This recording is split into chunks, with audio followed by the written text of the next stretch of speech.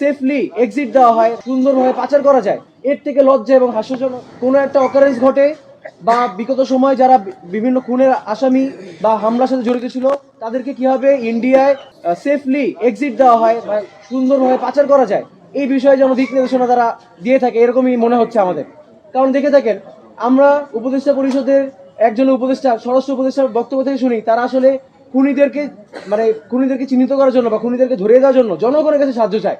এর থেকে লজ্জা এবং হাস্যজনক হাস্যকর আসলে কোনো কিছু হতে পারে না। তারা কিভাবে বলতে পারে একটা স্বরাষ্ট্র উপদেষ্টা, আমরা প্রথম থেকে শুনে আসতেছি আপনারা অমুককে ধরিয়ে দিন, আপনার আশেপাশে কোনো আওয়ামী লীগ থাকলে বা ফ্যাসিস্ট লীগ থাকলে বা কোনো খুনের পরিকল্পনা থাকলে খুনিকে ধরিয়ে দিন, আমাদের এই ওসমান হাদির হত্যাকারী বা দুঃখিত শুটার যে ছিল তাকে ধরিয়ে দিন, এই ধরনের কথা আমরা শুনতে পাচ্ছি। তার মানে তাহলে আপনাদের কাজটা কি? আপনাদের সামনে থেকে কোনো অকারেন্স ঘটলে পুলিশ বাহিনী দেখা যাচ্ছে, সিসিটিভি ক্যামেরার সামনে দেখা যাচ্ছে দুজন পুলিশ, তারা ওসমান হাদিকে যখন শুট করা হয় তারা ওই ঘটনাস্থল থেকে কিন্তু বাইক নিয়ে সরে যায়।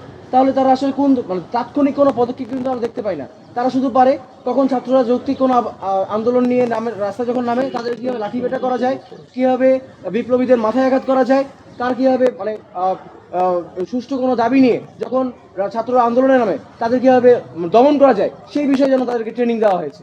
তা আমরা আজকের এই জায়গা থেকে সংবাদ সম্মেলন থেকে স্পষ্ট ভাষায় জানিয়ে দিতে চাই, এই স্বরাষ্ট্র উপদেষ্টা তার কাজকর্মে সম্পূর্ণ রকম ব্যর্থ হয়েছে। তার এই ব্যর্থতার কারণে ছাত্র অধিকার পরিষদ তার পদত্যাগের দাবি জানাচ্ছে এবং